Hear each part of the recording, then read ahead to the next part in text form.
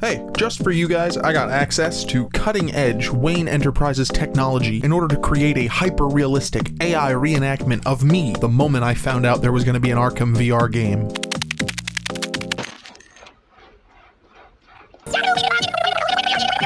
But for realsies here, Arkham Shadow is a nearly perfect adaptation of the Arkham series of Batman games. However, there are certainly things about Arkham Shadow that I dislike, and I will talk about those, but I want to do this in some kind of order so I'm not just rambling. So here we go.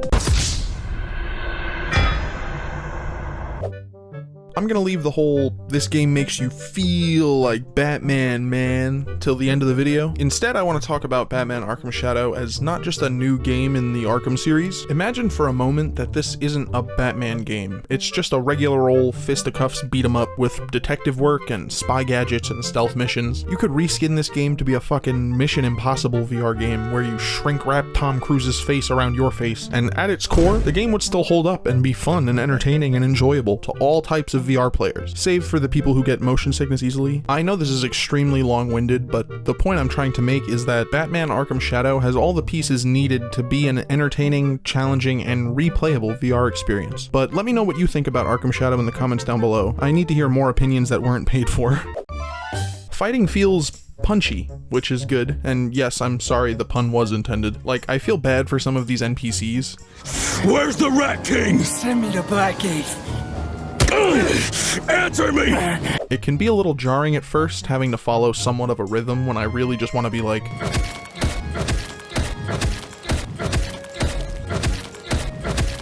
But I really enjoy mixing up regular combat by using different gadgets during encounters with multiple attackers. At no time do I feel overwhelmed or like I'm the one at a disadvantage. On the contrary, actually. Side note, but I really wish they would add an endless mode where you just have to keep fighting hordes of progressively more difficult enemies to see how long you can last. Staying sort of in the same vein as combat, stealth can be a little difficult in the beginning of any gaming journey, and Arkham Shadow is no exception. Batman makes it look real easy in the movies, but suddenly disappearing into thin air is actually a lot more challenging than you might think. The upside to this difficulty is that once you become a little more versed in what your options are in terms of getting the fuck out of there, you really do start to feel like a specter vanishing into the shadows. It's really satisfying. About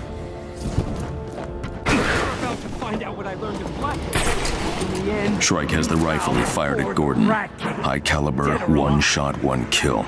He cleared the room while staying out of sight. Tonight's about your ending. The rat. There he is. Get him. Got eyes on him. Hold him down. This kill is mine.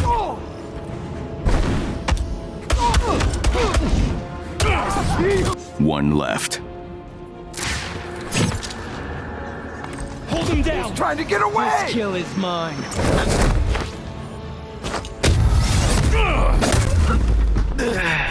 Useless. This changes nothing, Batman. Gotta escape. Cell's too small. What the fuck? Need help. Need a friend. Need a friend. I won't spoil too much of what goes down in Blackgate, but the introduction to the self-proclaimed place of punishment certainly sets the atmosphere beautifully for the rest of the game. Being escorted into a maximum security prison in VR is surprisingly immersive. I mean, this is just like the news. Kinda gave me anxiety, if I'm being honest. A little privacy over here. We found contraband in your cell, Boz. Third violation. No, hold on. Wait, Shut up. It was Joe from the commissary. In general, I think the storytelling is done in a way that keeps the player interested enough. There aren't any particular things I'd say that should be done differently, except maybe make the cutscenes a little bit more stupid-proof, because gods know I was not smart enough to navigate the chevrons. Did it break again? I don't know what's happening. Sweetie? Wake up, wake up. What are you? Wake up. Wake up, wake up. Oh God, wake up. No. Oh. Look at me. Look at me. The upgrade system is pretty basic on paper, but trying out different Wayne tech upgrades throughout the story with my own meat mitts is like a childhood fantasy come true. Unfortunately, that's about where the fantasy ends, because this leads us right up into... No, I'm not gonna stop wearing my Batman costume. I'm Batman still.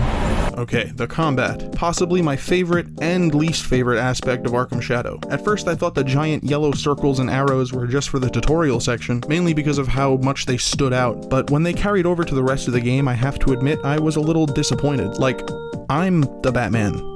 Me. Why are you telling the Batman how and where he's supposed to punch? It's especially obnoxious when you deviate from how the game thinks your combo should progress, and your entire screen flashes red and basically calls you an idiot. Does that happen to Batman? Is Alfred secretly tutoring Bruce on how to whoop ass on the fly like Patrick teaching SpongeBob to drive? What the fuck are we doing here? And look, this is coming from someone who has spent an embarrassing amount of time on rhythm games. I've literally spent years of my life grinding on games like Clone Hero, Osu, Beat Saber. I even love VR games like Until You Fall that basically forces you to follow their rhythm of battle. But in those games, I'm not the Batman. It almost reminds me of the combat in Assassin's Creed Nexus, where if you didn't do it the right way, it's like, oh, that's not how an assassin would have done it, stupid. In the settings, you can change the color of the circles and chevrons to blue. It makes me hate them just a little less. This is a small one. Really, it's more of a pet peeve, but please let me know in the comments if you feel the same way. I only mention it because of how often you tend to use the grappling hook, but I think this should be a pretty general rule of thumb for any VR devs. If my character in VR is pulling the trigger to something,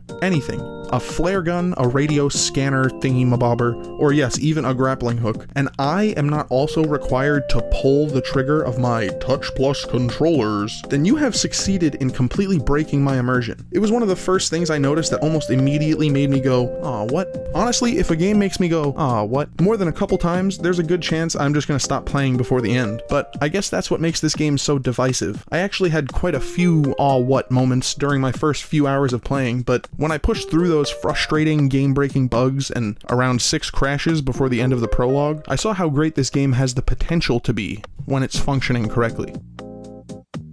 What just happened? I'm just like stuck in a slow-mo death animation. It looks like he's like he's running away real slow. Okay. I can't fix it. What is he doing? He's about to hit the biggest whip. I just got a fucking guard ass in my face. I'm clicking every button. Why am I floating away? Oh, I'm going back now. I'm like bouncing off of objects. What am I, a DVD loading screen? What is happening? I'm so confused. It broke. I don't know how long I should sit here and record this for. This is so dumb. Do I have to wait for him to like fall? Why am I in slow-mo? Maybe when I touch the floor it'll end. Come on. Come on, Bruce! Hit the deck! Rough stuff. Rough stuff, buddy. To be fair, the game could have been crashing because I was recording, even though the first 3 hours of said recording were just black screens. Thanks, Meta. This, however, definitely wasn't because I was recording, but it was game-breaking and pretty hilarious. What the fuck? Why is my game broken, dog?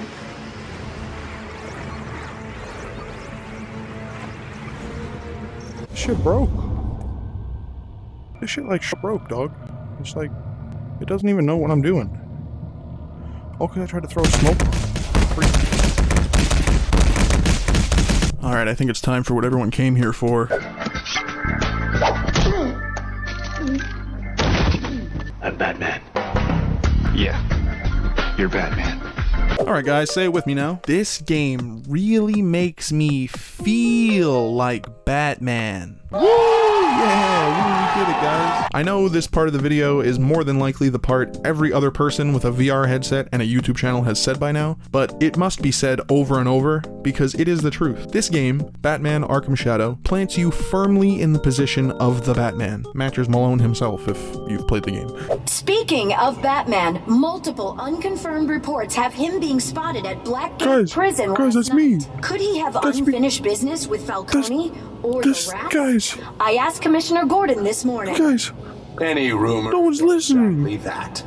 Rumor. That's me. Oh, whatever. I thought the saying one-man army is a total understatement here. Although, I feel like it's not something that's uncommon in video games. Like, obviously in any game, you're meant to be that one dude who should not be trifled with, and who's capable of all this havoc and ass-whoopery. That's the point, right? But when it's in virtual reality, and you have stepped into the sweaty, musky bat boots of this bat-brained lunatic, and right after you finish sticking those boots directly where the sun hath not shined, you get to look down at your looming shadow and see this? What you are left with is an emotion, unbecoming of mere words. It's like a primordial energy that all fans of Batman, or really superheroes in general, yearn for, like the Minecraft children to the coal mines. And yes, the irony is not lost on me. Right now I probably sound like some complete madman frothing at the mouth over some pixels on my face toaster. I just feel that the quality and effort put into this game should not be understated. Even though there are aspects of the game that I genuinely dislike, I don't think that the bad overshadows the good. I don't know how else to put it into words, but this game knows exactly how to make me do that stupid Wojak face. It's the, and then you're, and because, and you're also, and your eyes, and she, and because, and her name, and it's, hi. I guess my closing thoughts on Arkham Shadow would be this. If you've ever thought to yourself, I wish I could be Batman when I grow up, well, now you kinda can for 12 to 16 hours depending on how long you get lost, because the maps are just as useless and confusing as they were in the original Arkham games, so I guess that's an A+ for sticking to the source material. I got lost once, and I felt like the biggest fool. Fool! Yes, thank you. I know I was kind of harsh on this game, but in general, I really am enjoying my time with it. I'm still having crashing issues after the hotfix though. I think I would feel comfortable recommending this game to two types of people. One, people who love Batman, more specifically the Arkham series, and people who have a fairly high tolerance for virtual reality. If you don't have your VR legs yet, this game might make you a bit nauseous. If I'm being completely honest with you, editing a lot of this footage made me want to hurl because of this stupid HUD display at the top of the screen. If I didn't absolutely have to, I would not subject you to it, because why does this thing jiggle around at the top of the recording? Who is this helping? It looks bad, it takes up the screen, and it's headache inducing for people watching shared gameplay. But alright, I'm gonna shut up for now. Apologies for the ranting. Thank you so much for sticking around till the end and for allowing me the honor and privilege of your attention. I know this video was a bit long, but I really hope you enjoyed. Notifications definitely give me dopamine, so if you want to fill my empty skull with some brain juice, hit some buttons down there. But I will catch you guys next time. Bye now.